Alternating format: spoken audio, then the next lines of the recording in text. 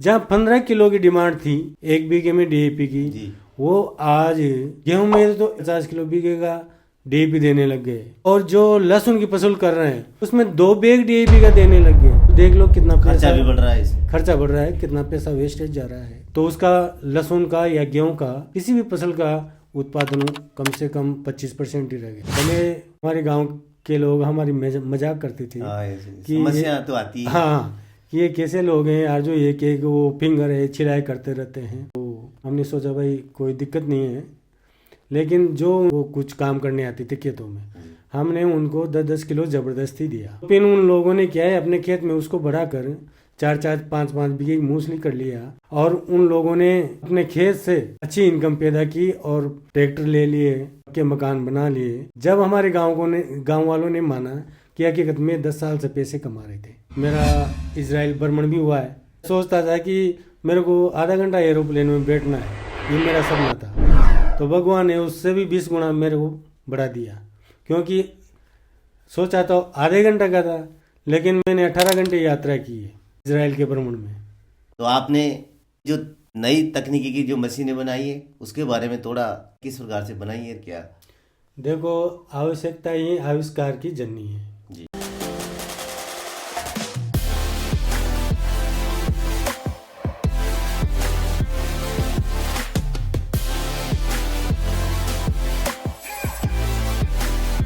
नमस्कार दोस्तों, जय जय देव घर घर देव। मैं केदारलाल गोचर कोटा राजस्थान से देव पॉडकास्ट में आप सभी का हार्दिक स्वागत, सत्कार, अभिनंदन। आज हम आपको एक ऐसी अनोखी यात्रा में ले चलते हैं हाईटेक हर्बल फार्म पर। ये वह जगह है जहां पारंपरिक खेती से हटकर आधुनिक तकनीकी के माध्यम से वर्तमान समय में हर्बल खेती की जाती है, जिससे हमारे जीवन में हरियाली और सेहत की नई दुनिया विकसित होती है। देव पॉडकास्ट में पधारे हमारे गेस्ट श्रीमान गणपतलाल जी नागर, जो बारां जिले के निवासी हैं, जो प्रगतिशील किसान के नाम से जाने जाते हैं। तो हम आपको सीधा गणपतलाल जी नागर से मिलाते हैं। राम राम साहब नागर साहब। राम राम साहब। आप हमारे देव पॉडकास्ट में पधारे, आपका बहुत हार्दिक स्वागत, सत्कार। मैं सबसे पहले ये जानना चाहता हूँ कि आपका जन्म कौन से गांव में हुआ और आपकी पारिवारिक पृष्ठभूमि क्या रही? नमस्कार, मैं गणपतलाल नागर, ग्राम गुलाबपुरा, तहसील अंता, जिला बारां से बिलोंग करता हूँ। मेरा जन्म ग्राम गुलाबपुरा में हुआ है सन 1970 में। और जब से मैं समझने लगा, पढ़ाई करने लगा, पढ़ाई करके 9वीं 10वीं तक फिर मेरे पिताजी अकेले थे, तो उनका हाथ बटाया। तो परंपरागत खेती चली आ रही थी, तो उनके साथ मैंने भी खेती की जी। तो खेती करते करते 10 साल के लगभग हुआ। तो जो परंपरागत खेती करते थे उससे मतलब ज़्यादा इनकम नहीं हो पाती थी, घर का खर्चा भी नहीं निकलता था। तो मैंने अपने कृषि विज्ञान केंद्र अंता है जी। वहाँ जाके एक ट्रेनिंग में भाग लिया। तो वहाँ डॉक्टर लोगों ने, वैज्ञानिकों ने बताया कि आप परंपरागत खेती के साथ साथ कुछ बगीचे भी लगाओ, कुछ औषधीय खेती भी करो। तो मैंने वहाँ के ही ग्राम सेवक जी साहब थे, उनसे मिलकर और मेरे फार्म को बताया कि सर पानी भी कम है मेरे खेत में और नहर है, नहर से भी थोड़ा लास्ट में पानी आता है, तो हमारी दिक्कत है, तो मैं क्या करूं। तो उन्होंने भी यही सलाह दिया कि आप कुछ तो बगीचा लगाओ और कुछ 1-2 ट्रेनिंग मीटिंग करके अटेंड करके और कुछ औषधियों के बारे में भी आप जानकारी लो। तो पहले तो मैंने उसमें बगीचा लगाया आंवले का। तो 2 हेक्टेयर का मैंने आंवले का बगीचा लगाया। उन्होंने अलाउड देके पौधे मेरे को उन्होंने दिलवाए और आंवले का बगीचा लगाया। उसके बाद मैंने औषधि फसलों में अश्वगंधा, सफ़ेद मूसली और भी अनेक प्रकार की जड़ी बूटियाँ की ट्रेनिंग ली और बाहर भ्रमण करने भी गया सरकारी टूर में। तो वहाँ भी मैंने बहुत सी जानकारियाँ इकट्ठी की और अपने फार्म पर उनको डेवलप किया। जो आप जो खेती करते हैं हाँ उसे हाईटेक हर्बल खेती कहते हैं, हाँ जी। जो ये नई तकनीकी के माध्यम से की जाती है। तो जो हम अपनी पारंपरिक खेती है उससे ये कैसे अलग है? रेगुलर खेती जो अपन करते हैं उसमें पहले ये ऑर्गेनिक थी, लेकिन हरित क्रांति के दौरान हमको खाद से जोड़ा गया। सभी किसानों को पहले डरते थे कि यार पैसा खर्च होगा खाद में और ज़मीन भी खराब हो सकती है, लेकिन वैज्ञानिक लोगों ने और जो अपने कर्मचारी लोगों ने जो कृषि विभाग में काम करते थे उन्होंने समझाया कि भाई खेती खराब नहीं होगी, लेकिन इसमें अपना अन्न कम उत्पादन हो रहा है, तो हमारे देश को अन्न की ज़्यादा आवश्यकता है। जी। तो उन्होंने कुछ सामान देकर और यूरिया DAP के बैगों के साथ में कुछ चीज़ें दी, जैसे सीमेंट के टीन थे और भी कुछ किसानों की आवश्यकता के अनुसार और भी कोई चीज़ें दी। उसके साथ वो यूरिया DAP दिया, तो किसानों ने मतलब 5-5 किलो 10-10 किलो बीघे का डालना शुरू किया, तो उनके उत्पादन में वृद्धि आई। तो आवश्यकता तो हमारी 10 किलो 12 किलो 15 किलो लास्ट थी एक बीघे में, लेकिन उसके चलते चलते चलते चलते हमने यूरिया DAP का इतना बड़ा दिया कि हमारा पैसा भी खर्च हो रहा है और हमारी ज़मीन भी खराब हो चुकी है, उत्पादन भी नहीं मिल रहा। हाँ, जहाँ 15 किलो की डिमांड थी एक बीघे में DAP की, वो आज गेहूं में तो एक बैग बीघे का यानी 50 किलो बीघे का DAP देने लग गए। और जो लहसुन की फसल कर रहे हैं उसमें 2 बैग DAP का देने लग गए। तो देख लो कितना खर्चा भी बढ़ रहा है, इससे खर्चा बढ़ रहा है, कितना पैसा वेस्टेज जा रहा है। तो मेरा कहना है कि अब हमारी आर्थिक व्यवस्था भी, इनकम तो हो रही है कम, क्योंकि ज़मीन भी खराब हो रही थी। पहले जब लहसुन हम करते थे तो 20 से 30 क्विंटल बीघे का हम लहसुन का उत्पादन ले लेते थे, लेकिन इस पीरियड में अब लहसुन का उत्पादन ज़्यादा यूरिया DAP बढ़ाने से उसकी वो जो उर्वरा शक्ति है ना वो कमज़ोर हो गई और उसका जो कार्बन है वो डाउन हो गया। तो उसका लहसुन का या गेहूं का किसी भी फसल का उत्पादन कम से कम 25% ही रह गया। तो ये हाईटेक हर्बल खेती करने की प्रेरणा आपको कैसे मिली, या कोई घटना से या किसी अनुभव के माध्यम से?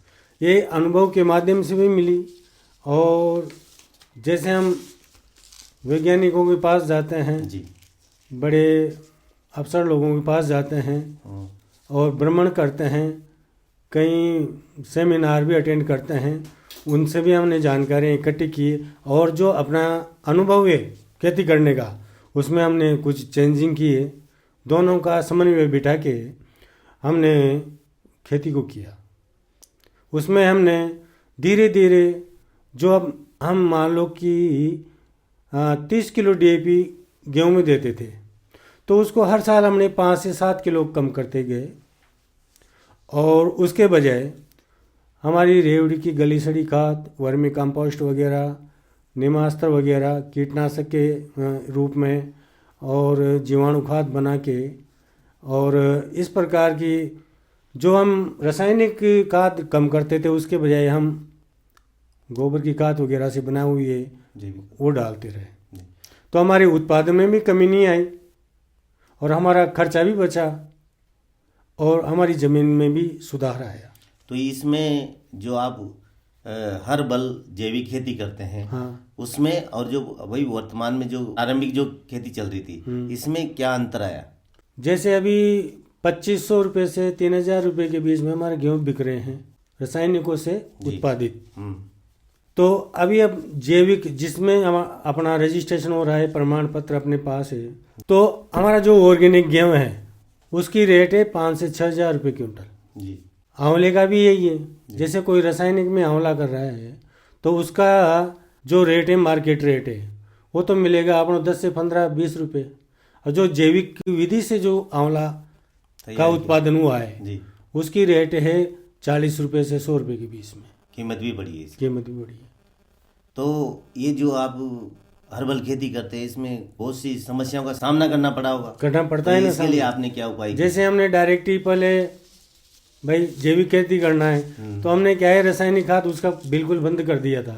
तो हमने ऐसे ही गेहूँ बो दे हम्म, तो उसका उत्पादन आया 400 किलो, है ना। वो तो निकलते थे 9 क्विंटल, ये निकले 4 क्विंटल, तो 5 क्विंटल का अंतराल हो गया। तो घर वालों ने भी कहा कि ऐसे तो बहुत नुकसान हो जाएगा। तो हमने उसका पैटर्न चेंज किया। तो मैंने पहले ही बताया आपको कि हर साल हमने 20 से 25% उसको रासायनिक को कम किया और देसी खाद वगैरह उसमें डाले, वर्मी कंपोस्ट वगैरह। जी, और जो मार्केट में भी जो अच्छे न्यूट्रिएंट्स होते हैं जैविक के, बायो के, वो उसमें देने लगे। जो हमारी ट्रेडिशनल खेती है उससे हटकर आपने कौन कौन सी फसलें इसमें उगाई? इसमें हमने गेहूँ उगाए, आंवला उगाए, औषधि फसलों में मैंने सफ़ेद मूसली उगाई, जी, कुछ अपने किचन गार्डन के हिसाब से सब्जियां भी की। जी।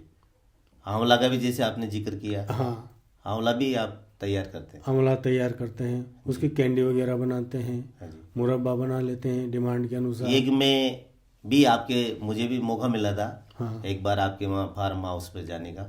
तो एक कोई तेल भी बनाया जाता था कि इसका ऐसा हाँ। हो जाएगा? जैसे अपने कम उपज वाली ज़मीन हो, जी, जिसमें पानी की भी कमी हो और वो फालतू पड़ी हो, तो उसमें यानी कि उत्पादन कम आने वाली ज़मीन, तो उसमें अपन पामा रोज़ा और लेमन ग्रास लगा सकते हैं और उसका सेंट निकाल करके मार्केट में बेच सकते हैं। तो ऐसा भी अपने पास प्लांट लग रहा है। तो हमने उसको किया अपनी अच्छी वाली ज़मीन में, 2-3 साल तक हमने उसका तेल निकाला। लेकिन इन चीज़ों में क्या है, अगर ज़्यादा उत्पादन हो जाता है तो मार्केट रेट डाउन हो जाती है। जी। तो एक साथ अपन उसको ज़्यादा न करके थोड़ी थोड़ी हाँ, छोटे ज़मीन में छोटे करें और इसका एक्सपीरियंस लेते रहें और धीरे धीरे उसको बढ़ाते रहें। आपके द्वारा जो पैदावार की गई वहाँ जो भी फसल है या उत्पाद है, उसमें सबसे जड़ी बूटी कोई भी हो, सबसे ज़्यादा लोकप्रिय कौन सी रही? हमने अश्वगंधा भी करके देख लिया, जी, काल मेघ, सफ़ेद मूसली और भी 2-4 जड़ी बूटियाँ हैं वो किया। लेकिन ये ज़मीन के प्रकार के ऊपर भी डिपेंड करता है। जी, अपन को किसी फसल के लिए ज़बरदस्ती नहीं करना चाहिए, नहीं तो अपन क्या है नुकसान में चले जाते हैं उसमें। तो थोड़ा थोड़ा सबको करके देखें, जिसमें ज़्यादा उत्पादन आता है वही फसल अपन उगाएं। तो हमने सफ़ेद मूसली की, उसमें हमको बढ़िया अच्छा फ़ायदा मिला। सफ़ेद मूसली। हाँ, अश्वगंधा भी किया, लेकिन उसमें क्या है, वो गुदा नहीं बना, लकड़ी बनी तो क्वालिटी नहीं बनी, तो हमने उसको बंद कर दिया। सफ़ेद मूसली को हमने रेगुलर रखा। तो सफ़ेद मूसली से हमने 1 बीघे में 50,000 से 2-2.5-3 लाख रुपए बीघा का भी मुनाफा उत्पादन ले लिया।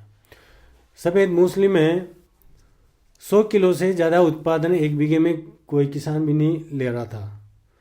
तो हमने वैज्ञानिक का सहयोग लेकर अब कुछ अपनी तकनीकी अपना कर उसमें 100 किलो से 300 किलो तक उसका उत्पादन पहुंचाया।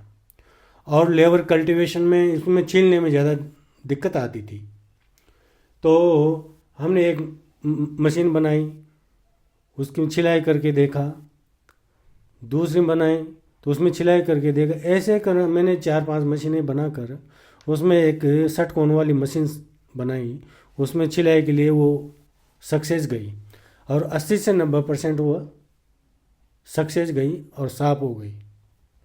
तो उसमें हमने 50 से 60% लेबर को कम किया।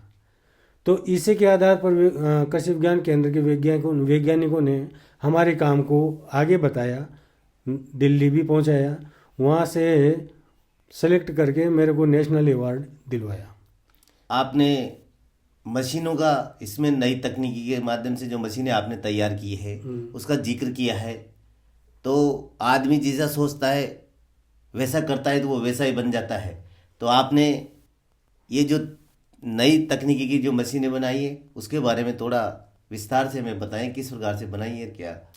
देखो, आवश्यकता ही आविष्कार की जननी है। जी जब हमने वो मूसली किया छिलाई, जब हमारे पास छिलाई करने का मौका मिला और 4-5 साल से हम छिलाई कर रहे थे, तो एक मजदूर 3 से 4 किलो बड़ी मुश्किल से छील पाता था। तो उसमें लेबर बहुत होती थी। वो फसल की जो कीमत मिलती थी उसमें से 30-40% तो लेबर की चली जाती थी। तो हमने सोचा कि मशीन का अगर आविष्कार हो जाए, मशीन अगर इसकी मिल जाए। हमने और जगह भी मालूम किया कि मशीन कहाँ मिलेगी। तो हमें कोई मतलब रेस्पॉन्स कहीं भी जगह से कोई प्रकार का रेस्पॉन्स नहीं मिला और मशीन भी हमको नहीं मिली। तो पहले तो हम अपने पत्थर पे घिस के, जहाँ 1 बीघे की करते थे तो पत्थर पे घिसाई करके, और फिर हल्की फुल्की रहती थी वो तो मजदूरों से करवा लेते थे। तो फिर एक बार मैं कृषि विज्ञान केंद्र में गया, तो वहाँ एक छोटा सा ड्रम वाली गोल वाली हल्दी छिलाई की मशीन मेरे को देखने को मिली। मैंने कहा सर ये क्या काम आती? कि इसकी वो हल्दी की धुलाई करते हैं। तो उस प्रकार का छोटे थोड़ा बड़ा रूप में मैंने एक गोल ड्रम बनाया। ड्रम उसमें पानी भी जाता रहा और हल्दी भी जाती रहती थी। तो मैंने उस मशीन में मूसली ले जाके उससे छिलाई किया। तो उसमें 3-4 किलो मैंने मूसली डाल दिया उसमें। तो उस छिलाई तो हुई, लेकिन उसमें से घिसाई ज़्यादा हो गई माल की। तो मैंने सोचा कि इसको षटकोण में बनाया जाए। तो फिर मैंने एक षटकोण में बनाया उसको, बड़े रूप में। तो षटकोण में भी उसमें टाइम भी लगा और उसमें भी टूटने की शिकायत आई। फिर उसको मैंने चेंजिंग किया। स्थानीय मिस्त्री मेरे पास था, उसे मैं माल लाता था, मैं बनवाता था। उसके बाद मैंने षटकोण में बना के और उसमें एयरटाइट लगा के एक शक्कर के दाने जैसी एमरी आती है वो उसमें चिपकाई। फिर उस मशीन में मैंने 30-40 किलो मूसली के फिंगर डाले और उसमें उसके बराबर पानी डाला और मोटर से उसका गियर वेयर लगा के उसमें राउंड का सिस्टम बनाया। तो 1 मिनट में 35 राउंड उसके हमने बनाए गियर के द्वारा।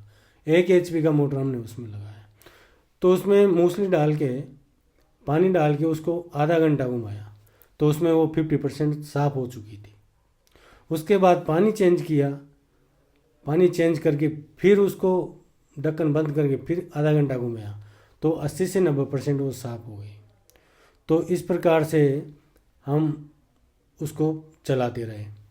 तो वो षटकोण वाली मशीन थी, वो हमारी सक्सेस हो गई। हाँ, तो उस प्रकार की मैंने अपने यहाँ भी उससे छिलाई किया है और किसानों के लिए 15-20 मशीनें मैंने बनवा भी दी है जी। हो सकते हैं। तो इसमें लागत मशीन बनाने में कितनी पड़ी? वो शुरू में हमने बनाई थी तो 35,000 के लगभग उसमें लागत आई थी। अभी उसकी लागत रेटें बढ़ने के कारण 60,000 रुपये के लगभग आ जाती है।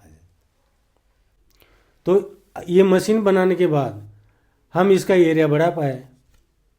जहाँ 1 बीघे से हमने इसे 10 बीघा किया, 10 बीघे से इसको 25 बीघा किया, 25 बीघे से मैंने एक ग्रुप बना के और इसको 70 बीघे तक बढ़ाया और सब किसानों को फ़ायदा दिलाया।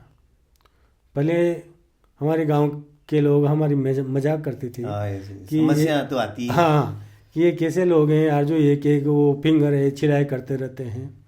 तो हमने सोचा भाई कोई दिक्कत नहीं है, लेकिन जो उनके बच्चे हमारे मजदूर वो कुछ काम करने आते थे खेतों में, हमने उनको 10-10 किलो ज़बरदस्ती दिया।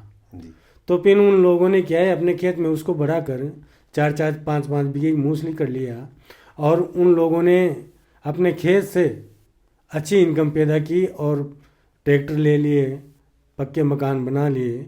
जब हमारे गांव वालों ने माना कि हकीकत में 10 साल से पैसे कमा रहे थे, जब फिर हमारे गांव के 13-14 किसान और जुड़े और उन्होंने फ़ायदा उठाया। हाँ, इसे नगद फसलें तैयार होने लगी नगद फसलें और अच्छी उनको के दाम मिलने लग गए किसानों को। तो आपसे उन लोगों को भी बहुत बड़ी प्रेरणा मिली इससे। बहुत बड़ी। इससे। आप वर्तमान में भारतीय किसान संघ के अंता तहसील के अध्यक्ष हैं। मैं तो किसानों के लिए आप को अनेक समस्या आती है, उसके लिए आप क्या करते हैं? बहुत समस्या आती है। मैं 2010 से भारतीय किसान संघ में से जुड़ा हूँ जी। और जुड़ते हैं मेरे को भारतीय किसान संघ जिला से जिला जैविक प्रमुख का दायित्व दिया गया जी। तो 2 कार्यकाल तक मैंने जिला जैविक प्रमुख का दायित्व निभाया और किसानों को प्रेरणा दी कि रासायनिक खेती को कम करके थोड़ा थोड़ा जैविक की तरफ अपना रुझान करें और इससे अपनी इनकम भी बढ़ेगी और खर्चा भी कम होगा। उसके बाद मेरे को 2 कार्यकाल तहसील अध्यक्ष का मिला, उसमें भी मैंने काम किया और इस बार मेरे को वापस ज़िले में ले लिया गया और जिला सह मंत्री का दायित्व मेरे को मिला है। उसमें जो मेरे से बनता है वो काम मैं करता हूँ। तो जो जैविक खेती आप कर रहे हैं, हाँ, उससे आपके गांव या आसपास के लोगों को भी आपके अनुभव का लाभ मिला? प्रेरणा देते हैं। जैसे 100 किसानों को अपन ने समझाया तो बड़ी मुश्किल से 2 किसान उसमें उभरेंगे और काम करेंगे। 100 किसानों को आपने ट्रेनिंग दी तो कम से कम 2 किसान तो ट्रेनिंग में समझे और काम करें। जब तो हमारा ट्रेनिंग देना सही है। तो इस प्रकार हम प्रयत्न करते रहते हैं किसानों के बीच में और जानकारियाँ देते रहते हैं। तो इसमें जो हर्बल अपन खेती करते हैं, तो इससे लोगों ने प्रेरणा लेके अब खेती करना भी शुरू किया। हाँ, खेती तो करना उनकी शुरू आर्थिक किया। स्थिति भी सुधरी। अभी थोड़ी दिक्कत आती है। जो अपन जैविक उत्पादन कर लेते हैं उसमें थोड़ा मार्केटिंग का है, तो मार्केटिंग के लिए थोड़ा टाइम लगेगा। जो शिक्षित लोग हैं, जो जान गए हैं कि ये रासायनिक से बना हुआ अनाज है, इसको नहीं खाना चाहिए, इससे कई प्रकार की बीमारियां होती है, तो वो जैविक के ऊपर उनका रुझान है, वो तो ले लेते हैं। लेकिन अगर ज़्यादा उत्पादन कर लेता है किसान तो वो रुक जाता है और सामान्य अनाज की तरह उसको मंडी में बेचना पड़ता है। जी। तो ये इसकी पैदावार की आप कहाँ ले जाते हैं? मार्केट कौन सी मंडी में बेचते हैं? अपने यहाँ लोकल है ऐसी मंडी? लोकल इसकी मंडी नहीं है। तो इसका तो जैसे अपन ने अनाज पैदा कर लिया जी, तो जैसे अब मैं किसान संघ में काम करता हूँ तो प्रचार हो जाता है कि भाई जैविक खेती गणपत लाल जी नागर करते हैं, 12 में बंसी लाल जी नागर करते हैं, महेश जी नागर करते हैं। इस प्रकार से सबको मालूम है कि ये किसान जैविक खेती करते हैं। तो हमारे पास पहले वो एडवांस ही बुकिंग कर देते हैं कि हमको इतने गेहूँ चाहिए, इतने सफ़ेद मूसली चाहिए, इतने आंवले चाहिए, या फिर गुड़ करता है कोई किसान तो वो गुड़ के लिए भी एडवांस में बुकिंग करवा देता है। तो हम उसी हिसाब से हमारा उत्पादन करते हैं। या तो हमारे लिए करते हैं या जिसका भी बुक होता है उत्पादन वो करते हैं, बाकी नहीं करते हैं। जो बुकिंग बढ़ती जाएगी हम हमारा एरिया बढ़ाते जाएंगे। तो इसका बीज तैयार करके भी देते हैं? हाँ, बीज भी देते हैं ना, बीज भी बिल्कुल। तो जो ट्रेडिशनल खेती में इसमें जो खर्च आता है, जैविक खेती में कम खर्च आता है। जैविक खेती में, हाँ, रासायनिक खेती में ज़्यादा खर्च आता है, उसमें ज़्यादा खर्च खराब। लेकिन इसमें फ़ायदा ये है कि अपनी ज़मीन तो बची जी, थोड़ा उत्पादन 10-20% कम आ जाएगा, लेकिन अपनी ज़मीन तो बची। हाँ, वो सीख रही, वो खराब नहीं हुई। रासायनिक से तो पैदावार 10-5 साल में बिल्कुल खत्म होने वाली है। हाँ, जमीन भी खराब हो रही है। तो समय आने से पहले अपन थोड़ा जल्दी इसको कर लें तो अपनी ज़मीन बच सकती है और हमारी इससे पैदा हुआ अनाज है, उत्पादन है, उसको अपन यूज़ करेंगे तो अपनी सेहत भी बच सकती है। सफ़ेद मूसली से भी खाने में किस प्रकार से उपयोग में ली जाती है? क्या उसका हलवा बनता है? ऐसा बताया था आप लोग उस समय। सफ़ेद मूसली के कितने ही उत्पाद बनते हैं। ये इसकी बड़ी बड़ी फैक्ट्रियाँ लग रही है। जी इसका गीला माल भी मतलब खरीदने लग गया व्यापारी, और इसका जूस बना के बाहर एक्सपोर्ट करते हैं, जी है ना। और लेकिन अपन तो क्या है, इसकी छिलाई करके सुखा के और मार्केट में बेच देते हैं, और डिमांड के अनुसार पाउडर बनाकर भी उन लोगों को दे देते हैं। ये हमारा काम है। आप पूछना चाहते हैं कि इसका यूज कैसे किया जाए। जी तो इसका यूज है 4 से 5 ग्राम डेली यूज के लिए है, प्रत्येक व्यक्ति के लिए। इसकी तासीर है, चिकनी है, स्वाद किसी प्रकार का नहीं है। ये बलवर्धक है और एंटीबायोटिक का काम करती है जी। बॉडी के लिए। आपने जैसे हलवा ये- बना के भी खाया था शायद में, हाँ है? अपनी इच्छा अनुसार कोई प्रोडक्ट अपन बना सकते हैं। हलवा बना सकते हैं हाँ और लड्डू बना सकते हैं। अपने इसमें आटे में डालकर इसकी रोटी भी बना सकते हैं। कैसे भी अपने इसको यूज कर दें, लेकिन इसमें चिकनापन ही है, लेकिन कोई किसी प्रकार का खट्टा कड़ा कसायला कोई स्वाद नहीं आएगा इसमें। तो इसमें इस खेती को करते हुए कितने साल हो गए आपको? मैं 2002 से चालू किया है मैंने। जी। हम्म। अभी इसमें कि इस यात्रा में आपको कैसा अनुभव रहा? बहुत आनंद आया है। घर वालों ने भी पूरा साथ दिया है। अकेला आदमी तो कुछ भी नहीं कर सकता, लेकिन घर वाले साथ दे तो वो सब कुछ कर सकता हाँ, है। सब कुछ हो सकता है। और कुछ नहीं तो उसको उल्टा सुलटा तो नहीं बोले, सही है। जिसमें वो सही रास्ते पे चले जाएगा। आप किसी आदमी को कोई काम कर रहा है उसको टोकोगे हाँ। तो वो हार जाता है तो और उस आप काम को इस छोड़ नहीं पीरियड में उपवास का केंद्र भी बने होंगे, वो लोगों ने उपवास किया होगा आपका, है? सकते। किया है ना। हाँ। अच्छा, इस तकनीकी है जो आपने खेती की है हाईटेक, तो इसमें आपको कौन कौन से पुरस्कार मिले? 2010 में मेरे को राष्ट्रीय प्रगतिशील किसान अवार्ड ICR दिल्ली से मिला था, और 2012 में वहीं ICR दिल्ली से ही जी बाबू जगजीवन राम पुरस्कार मेरे को मिला, और 1 लाख रुपए का पुरस्कार मिला था। 50,000 रुपये कैश मिले थे और 50,000 रुपये का भ्रमण मिला था मेरे को जी, घूमने के लिए। घूमने के लिए। तो जो पुरस्कार मिला तो आपको कैसा अनुभव हुआ? बहुत अच्छा। मैं सपने में भी नहीं सोच सकता था कि अपन इस जगह पे पहुंचेंगे और इतना इनाम अपन पा सकेंगे। और मेरा इजराइल भ्रमण भी हुआ है। इजराइल।